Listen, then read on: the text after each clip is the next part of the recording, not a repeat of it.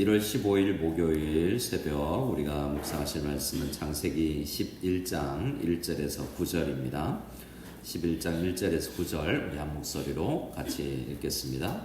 온 땅의 언어가 하나요 말이 하나였더라. 이에 그들이 동방으로 옮기다가 시날 평지를 만나 거기 거류하며 서로 말하되 자 벽돌을 만들어 견고히 굽자 하고 이에 벽돌로 돌을 대신하며 역청으로 진흙을 대신하고 또 말하되 자 성읍과 탑을 건설하여 그 탑 꼭대기를 하늘에 닿게 하여 우리 이름을 내고 온 지면에 흩어짐을 면하자 하였더니 여호와께서 사람들이 건설하는 그 성읍과 탑을 보려고 내려오셨더라. 여호와께서 이르시되 이 무리가 한 족속이요 언어도 하나이므로 이같이 시작하였으니 이후로는 그 하고자 하는 일을 막을 수 없으리로다. 자 우리가 내려가서 거기서 그들의 언어를 혼잡하게 하여 그들이 서로 알아듣지 못하게 하자 하시고 여호와께서 거기서 그들을 온 지면에 흩으셨으므로 그들이 그 도시를 건설하기를 그쳤더라. 그러므로 그 이름을 바벨이라 하니 이는 여호와께서 거기서 온 땅의 언어를 혼잡하게 하셨음이니라. 여호와께서 거기서 그들을 온 지면에 흩으셨더라. 아멘. 창세기 11장은 교회 안 다니는 사람들에게도 많이 알려진 이야기고 용어가 그들에게도 익숙합니다. 바벨탑 사건이죠. 자, 그 당시에 언어가 하나였죠. 이날 이 말씀을 통해서 이때 당시에 이제 언어가 나눠지게 되는 것을 보게 됩니다. 근데 우리 사도행전 2장에 가면 오순절 날이 임하면 그때 어떤 일이 일어납니까? 언어가 이제 또 소통이 되는 여러 나라 사람들이 각기 각국에서 왔는데 사도들이 말하는 그 다른 그 언어가 들리게 되는 놀라운 역사가 일어나죠. 그래서 오늘은 이 하나님이 흩으신 것 그것을 통해서 우리가 어떤 의미가 있는지 한번 바라보게 되는데요. 창세기 11장까지 큰 세계관들이 많이 있습니다. 그러니까 당시의 사람들에게는 하나님이 거의 없는 세상에서 이집트에는 하나님이 세상을 창조한 게 아니라 세상 신들이 창조했다라는 그런 생각을 불식시켜 주시죠. 그리고 바라보는 대상들 별과 큰 산과 호랑이 이런 것들을 신으로 섬기던 것들이 그거 아니다라는 걸 가르쳐 주지 않습니까? 이제 가장 중요한 창세기 1장에서 11장까지의 하나님께서 모세를 통해서 가르쳐 주는 당시 사람들이 가져야 될 세계관, 우리가 또 가져야 될 세계관은 죄가 있다라는 것입니다. 창세기 2장에 안식하셨는데 안식이 어떻게 깨지냐면 3장에 죄가 들어와서 아담과 하와의 죄로 인하여서 안식이 깨지고 사람들은 옷을 가려 입어야 되고 서로 부끄럽게 여기고 서로 말이 사실은 같은 단어를 썼지만 아담과 하와야 남자가 여자가 말로 싸우고 네가 잘났다 내가 잘났다 결국 죄가 들어오고 나서 모든 안식이 깨졌다라는 것을 성경은 이야기합니다. 4장에 가면 가인과 아벨이 서로 이제 가인이 아벨을 쳐 죽이죠. 형제가 형제를 죽이는 것이 무엇 때문입니까? 죄 때문입니다. 창세기 4장 7절에는 하나님께서 너가 선을 행하지 않냐 죄를 뭐하라라고 이야기하냐면 따라보실까요? 너는 죄를 다스릴지니라. 네, 하나님은 사람들에게 죄가 있지만 또 죄를 다스려야 한다라고 이야기합니다. 근데 사람들은 점점 죄를 다스리지 않습니다. 그 4장 이후에 넘어가 보면 에녹이라는 사람이 가인 계열의 에녹이 있습니다. 두 이름이 있는데요. 가인 계열의 에녹이 있고 가인 계열의 라멕이 있는데 또 5장에 넘어가면 아벨 계열의 그러니까 셈 계열의 라멕이 있고 에녹이 있습니다. 이 가인 계열의 에녹은 성을 쌓은 사람으로 유명하죠. 그 사람 때에 유명한 도시가 만들어집니다. 또 라멕은요. 일부 일처제가 그 사람부터 깨지죠. 그래서 똑같은 이름을 쓰는 사람이 있지만 전혀 다른 부류의 사람이 세상에 생겨나게 됩니다. 5장에 넘어가면 이 셈 족속의 이 에녹은 어떤 사람입니까? 하나님과 동행하다가 죄를 다스린 사람이잖아요. 그래서 하나님을 점점 떠나는 사람들은 죄가 안 다스려지게 되죠. 근데 하나님을 가까이 에녹은 특징이 뭐죠? 하나님 가까이 살면서 동행하면서 죄를 다스렸잖아요. 라멕은 어떤 사람입니까? 이 라멕은 이 가인 계열의 라멕은 포악하고 사람 죽이고 일부 다처제 성을 파괴하고 뭐 이런 이 하나님이 생각하고 하나님이 주신 좋은 것들을 막 파괴하고 이런 사람이죠. 그런데 이 셈 계열의 5장에 나오는 라멕은 머두셀라를 노아를 낳는 그런 사람이 돼요. 세상에 평 깨졌던 샬롬, 그러니까 안식을 주는 사람이 노아의 이름이 안식이라는 뜻이에요. 그래서 안식을 주는 사람이죠. 하나님 가까이 살아가니까요. 또 6장에 가면 이제 우리가 뭘 보게 됩니까? 세상 사람들이 하나님의 아들들이 또 사람의 딸들과 결혼하게 되고 그때 이제 이 노아의 방주가 노아의 홍수 사건이 일어나게 되는 것을 보게 됩니다. 오늘 또 11장에 가니까 또 죄를 짓습니다. 또 뭐 노아도 그렇고 함도 죄를 짓고요. 11장에 또 죄를 짓습니다. 그래서 창세기 1장부터 오늘 11장까지 제일 강조하는 게 죄를 못 다스리는 사람들이 많구나라는 것을 보게 됩니다. 이 사람들이 모여서 서로 말하는데요. 하나님하고 멀리 떨어져서 서로 말하니까 말은 하나인데 뭔가 하나님을 점점 대항하고 자기 이름을 내고 죄를 짓는 방향으로 나아갑니다.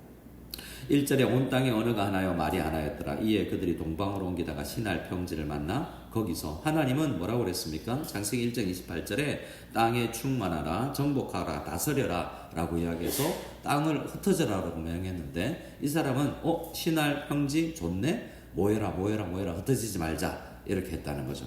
하나님의 명령과 거의 반대로 살아갑니다.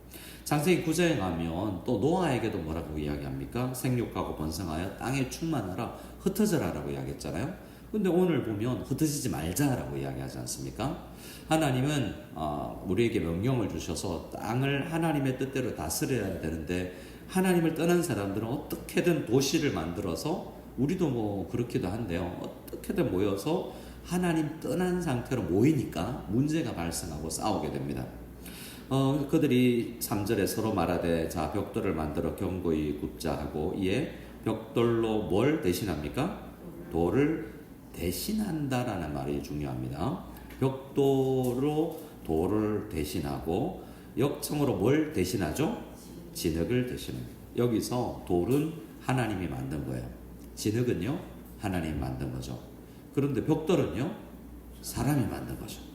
또 역청은요? 역청으로 이 진흙을 대신하자 해서 자기들이 공법을 말해서 건축 공법을 만들어내게 됩니다. 사람들은 하나님이 만들어 놓은 걸 이게 창조적 능력도 있어서 이렇게 저렇게 해서 기계 기술을 발달시키고 자기 손으로 만들어 놓고 나서 그걸 신이다라고 생각하고 그걸 섬기는 사람들이 되어버립니다. 이게 모든 인류가 다 그래요. 지금 돈이 가장 많이 모이는 곳이 어디냐면 AI입니다. AI. 엄청난 돈이 모이고 인터넷이 이제 어느 정도 유저를 어느 정도 모으기까지 엄청나게 긴 시간이 걸렸는데 이 챗 GPT 하나가 엄청나게 사람을 유저가를 모이게 빠른 속도로 모이게 하고 돈이 거기에 엄청 모입니다. 그래서 모이자 해서 돈이 들어가고 사람들이 모이고 인류가 발달하는데 하나님이 어떻게 보면 이것도 잘 사용하지 못하면 하나님 또 흩어버리실 텐데 라는 생각을 또 하게 됩니다.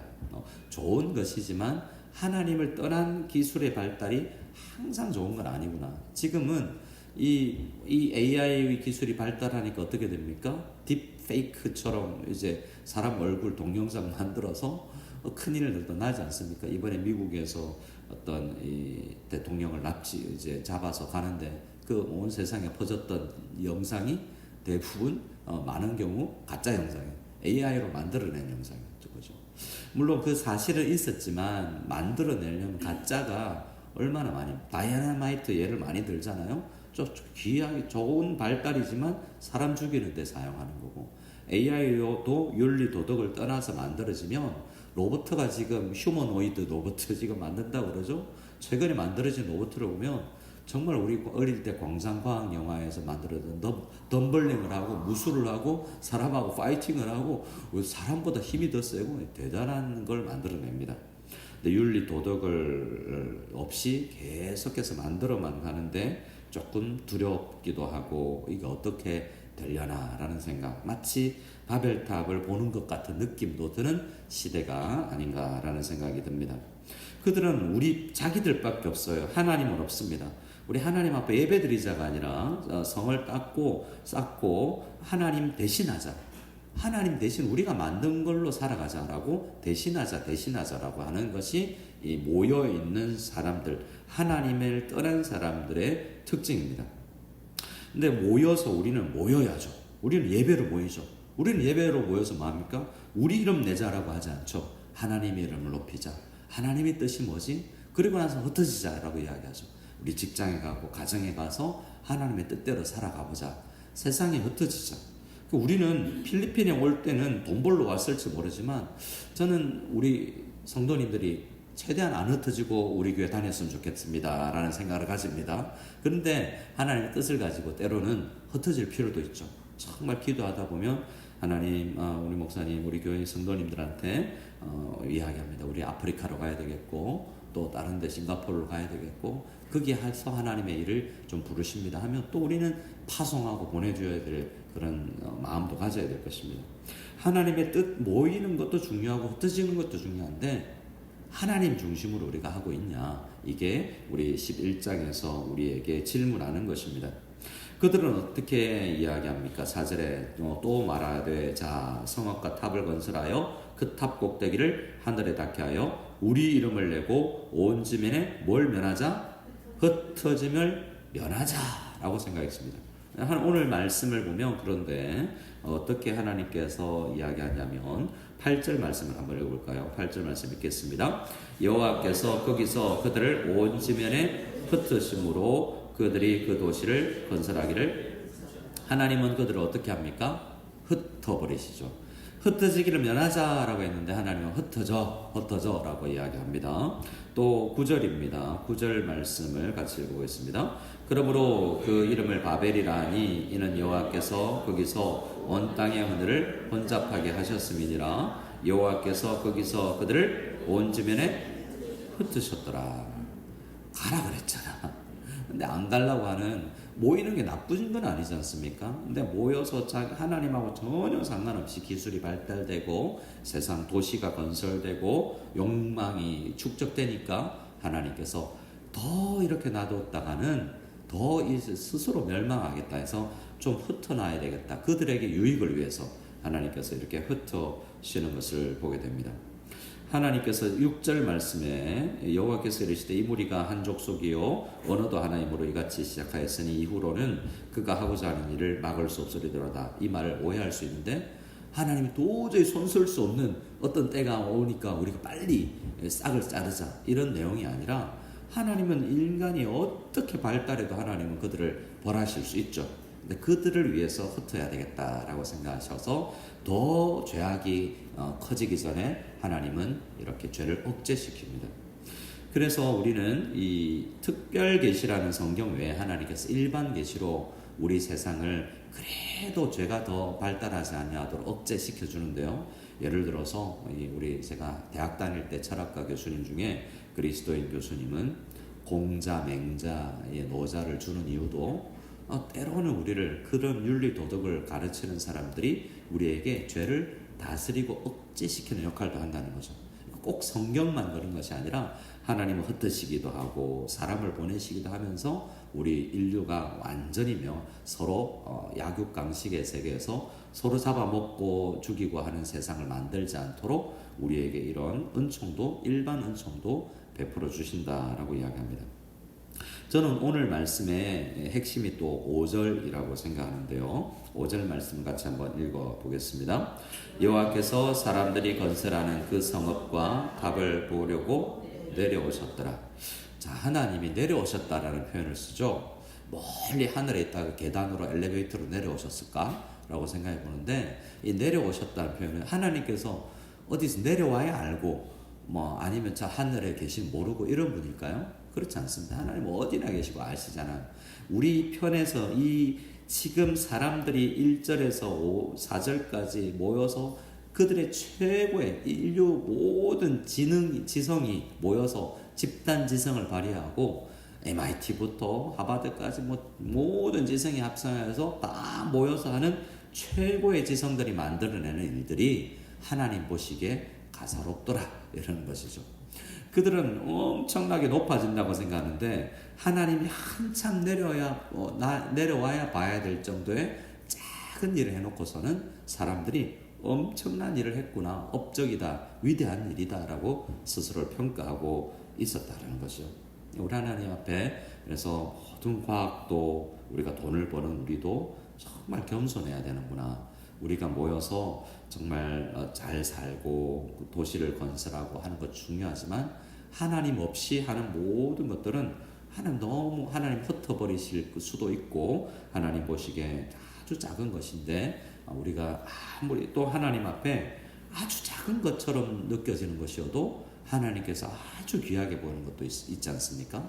물 한 그릇 떠오는 것도 하나님께서는 엄청나게 귀하게 여기시는데 세상이 생각하는 엄청난 일도 하나님 보시기에 아무것도 아닌 일처럼 보이는 이것이 5절에 여호와께서 사람들이 건설하는 그 성읍과 탑을 보려고 내려오셔야만 하는 아주 하찮은 일처럼 보이게 됩니다.